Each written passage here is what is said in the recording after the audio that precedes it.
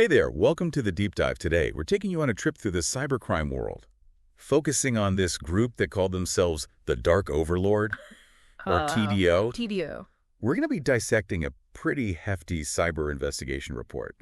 And our mission is to give you kind of the inside scoop, like how they started, what made them so dangerous, and who was really pulling the strings. Think of this as your shortcut to understanding how these guys shook up the cyber landscape. What's wild is TDO wasn't like your typical run-of-the-mill hacking group. Right. They were incredibly good at manipulating people, not just through their tech skills, but through, using the media to spread fear. And get what they wanted. Okay, so let's dive right in. This investigation report is seriously intense. It reads like something out of a spy movie. We're talking fake identities, stolen data being sold on the dark web, even threats against schools. But get this, you ready for like a truly shocking number? Yeah. The report actually links these guys to a whopping 42% of all the big data breaches. That didn't involve credit cards between 2017 and 2020. That's almost half. It's a staggering statistic, and it speaks to the scale and this sophistication of their operation. But to understand how they reached that level of influence, we got to rewind a bit. Back to their beginnings in 2016. Okay. Back then, TDO was focused on hitting places like Vichikali, medical facilities, and law firms. So how are they getting in? Was it high-tech stuff? Well, their early methods were a mix of clever exploitation and taking advantage of basic security weaknesses. One of their main tricks was exploiting a vulnerability in something called Remote Desktop Protocol, or RDP. RDP. Imagine it like this. Yeah. RDP is basically a digital backdoor that lets you control a computer remotely. TDO found ways to sneak in through these backdoors that a lot of organizations had left wide open. So it's like finding an unlocked window to get into a building. Once they were inside, what were they after? Once they were in, they would go after the really valuable stuff. Patient data, financial records, you name it. They'd use another exploit this time, targeting a type of medical software called HL7. HL7 is how a lot of healthcare systems communicate and share sensitive information. TDO figured out how to hijack that system and steal that data. So they were targeting this HL7 software specifically. Right. Because it was a weak point in a lot of healthcare systems, right? Yeah. But stealing medical records, that's cold. What did they do with this data? That's where their manipulation tactics really kicked in. They weren't just stealing data, they were weaponizing it. Imagine you're running a medical practice and suddenly you get a message from TDO. They tell you they've got all your patient data names, diagnoses, social security numbers, and they threaten to release it publicly unless you pay a hefty ransom. Oh, wow. And to really turn up the heat, they'd start leaking stories to the media, putting pressure on their victims from all sides. Wait, so they were using the media as part of their extortion scheme. That's devious. But how did they get the media to play along? They understood the power of a good story. They would feed journalists juicy bits of information, often exaggerating or even fabricating details to make it more sensational. And because they often targeted high-profile victims, the media was eager to pick up the story. It was a win-win for TDO. They got free publicity, which amplified their threats, and it put immense pressure on their victims to pay up. So it's almost like they were marketing their criminal enterprise, using the media to build their brand. Yeah. As this scary, all-powerful hacking group, it's chilling how calculated it all was. Exactly. They weren't just hackers. They were masters of perception management. And this mastery extended to how they presented themselves to the world. The public face of TDO, the guy everyone knew as Arnie, was actually a carefully constructed smokescreen, a patsy designed to take the fall, while the real mastermind stayed hidden. Okay, now this is where it gets really interesting. So who are the real masterminds behind the curtain? The investigation report unmasks the core players. We've got Dennis Karvouniaris, who went by the alias Kuroke online. He was the smooth operator, the one in charge of sales, deception, all that media manipulation we talked about. Then there's Christopher Meunier, who used the alias Peace of Mind, among others. He was more of the tech genius, a brilliant hacker, but with a pretty volatile personality. And get this, he also used the alias NSA. Hold on, NSA, like the National Security Agency? That's just asking for trouble. Right. It's almost like they were taunting the authorities. But even with their success, there were signs of trouble brewing within the group. The report mentions these power struggles and internal tensions between the key players, almost like a dysfunctional family where everyone's fighting for control. It's amazing how they managed to pull off these sophisticated attacks. With all that drama going on behind the scenes, it sounds like they were constantly on the verge of imploding.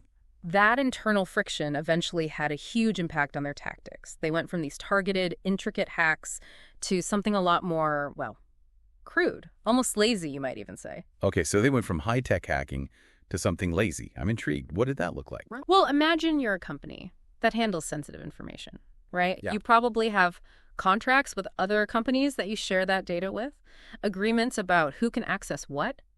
These contracts are called business associate agreements, or BAAs. BAAs. Okay, I'm following. So what do these contracts have to do with TDO getting lazy? TDO would somehow get their hands on these BAAs, then they'd target a company that was part of one of these agreements. But they wouldn't actually hack them. They'd just send a threatening message saying, we've got all your data because of this BAA with so-and-so, and demand a ransom. So they were basically bluffing. Yeah. They were banking on the fact that companies would be too scared to call their bluff. And would just pay up. Exactly. It was a low-effort, high-reward scheme, Yeah. but it gets worse. Oh, no. They even started targeting schools with these kinds of threats. Imagine being a parent and getting a message saying, your child's school has been hacked, and their information is at risk unless a ransom is paid. Yeah. The panic and chaos that would cause. It's just despicable. That's just crossing a line. It's one thing to target businesses, but to go after kids, that's a whole other level of awful. Did they actually get any schools to pay up? Unfortunately, yes. The report mentions a school district that actually caved and paid TDO thousands of dollars. They even sent this incredibly manipulative 7-page ransom note Wow. to the school board, full of threats and intimidation tactics. It's a chilling example of how they used fear to control their victims. It sounds like they were constantly pushing the boundaries, testing how far they could go. Did they ever get caught for any of this? Oh, we're getting to that. Okay. Remember those power struggles we mentioned? Well, those tensions eventually led to a pretty audacious exit scam. They decided to leverage a popular underground forum called Kickass, a place where hackers buy and sell stolen data. Okay, so how did they use this forum to pull off their scam? They started dangling some truly enticing bait. Leaked documents related to the 9/11 attacks. This was stuff that would get any conspiracy theorist's heart racing.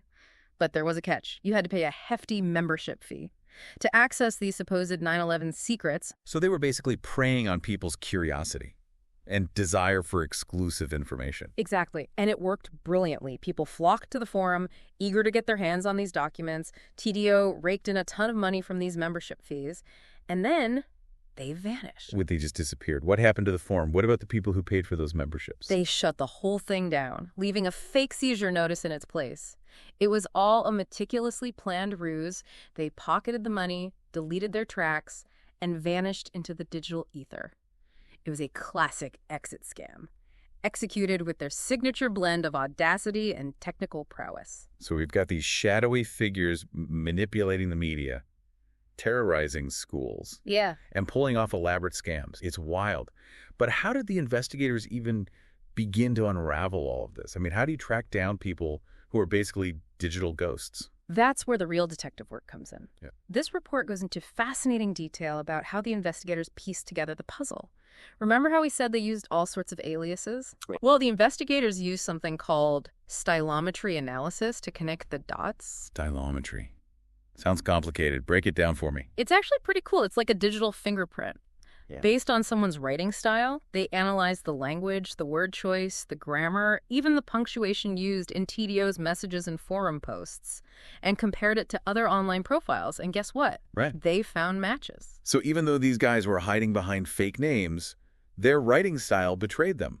That's incredible. It is. They also used leaked databases, private forum logs, and even social media posts to build a profile of these guys. And the examples of their manipulation tactics are just mind-blowing.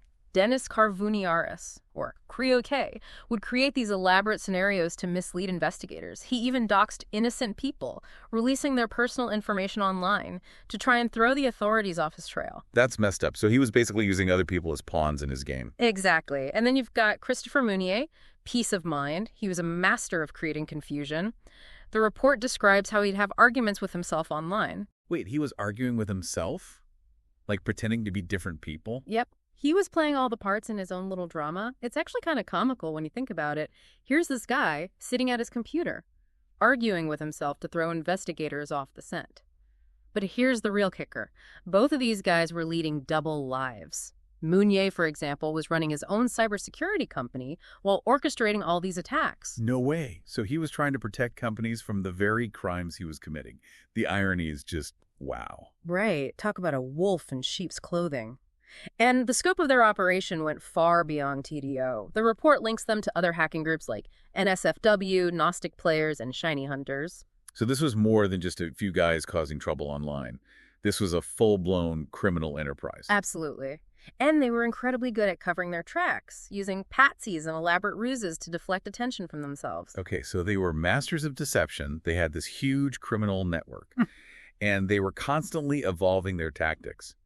How on earth did the investigators finally catch up to them? Well, they got a little too cocky. Remember that platform we mentioned earlier, Data Viper? Yeah. It was a tool used by investigators to track cybercrime. Well, TDO decided to make a statement. By hacking Data Viper itself... Wait, they hacked the very tool designed to catch them. That's bold, even for TDO. It would have been, except it was all a setup. The investigators, knowing how much TDO loved to show off, deliberately created vulnerabilities in Data Viper, essentially leaving a trapdoor wide open. So they used TDO's ego against them. That's some next-level cat-and-mouse stuff. Exactly. And it worked perfectly. TDO took the bait, thinking they'd outsmarted the investigators. But in doing so, they revealed their methods, their tools, and ultimately their identities. The investigators had them right where they wanted them. Wow, what a twist. So even though TDO was incredibly skilled and resourceful, they ultimately fell victim to their own hubris. It's a classic tale, really. Yeah. It is, and it highlights a crucial point. You can have all the technical skills in the world, but if you underestimate your opponent, if you let your ego get in the way, you're bound to make mistakes. And in the world of cybercrime, those mistakes can have serious consequences. So what happened to the members of TDO after they were caught? It gets a little complicated. Nathan Wyatt, the Arnie we talked about, was arrested and extradited to the U.S. He ended up pleading guilty to some of the charges against him. But the real masterminds, Carvuniaris and Mounier, have managed to avoid capture so far. Wait, they're still out there. After all that, they're still on the loose. As far as we know, yes. And that's what makes this story so unsettling. Even though the investigation uncovered a ton of information about TDO, even though they were responsible for a huge chunk of cybercrime during that time, the people behind it are still out there somewhere. So what does that mean for us? If these guys are still out there, how do we protect ourselves? That's the million-dollar question, isn't it? I think this whole story serves as a wake-up call. It shows us that cybercrime isn't just some abstract threat. It's a very real danger that can affect anyone. So what can we, as everyday internet users, do to protect ourselves? It's easy to feel powerless against these kinds of threats. Absolutely. And it's easy to get overwhelmed, but there are things you can do to make yourself less of a target. Start with the basics. Strong, unique passwords for every account, enabling two-factor authentication wherever you can, and be very wary of suspicious emails or links. That's how a lot of these attacks start. That makes sense. But beyond those individual steps, is there anything else we can learn from the TDO saga? I think the biggest takeaway is the importance of awareness. The more you understand about the tactics that cybercriminals use, the better prepared you'll be to spot potential threats. So it's about educating ourselves, being more aware of the digital landscape, and thinking critically about the information we encounter online. Exactly. And it's not just about protecting yourself. It's about being aware of the broader impact of cybercrime, how it can disrupt businesses, governments, and even entire industries. This deep dive has certainly been eye-opening. TDO might be gone for now, but their story is a powerful reminder that the battle against cybercrime is ongoing. We all have a role to play in staying informed, staying vigilant, and staying safe in this ever-evolving digital world. Well said. And remember, knowledge is power. The more we understand about the threats we face, the better equipped we'll be to protect ourselves and those around us. Thanks for joining us on this deep dive. We'll see you next time.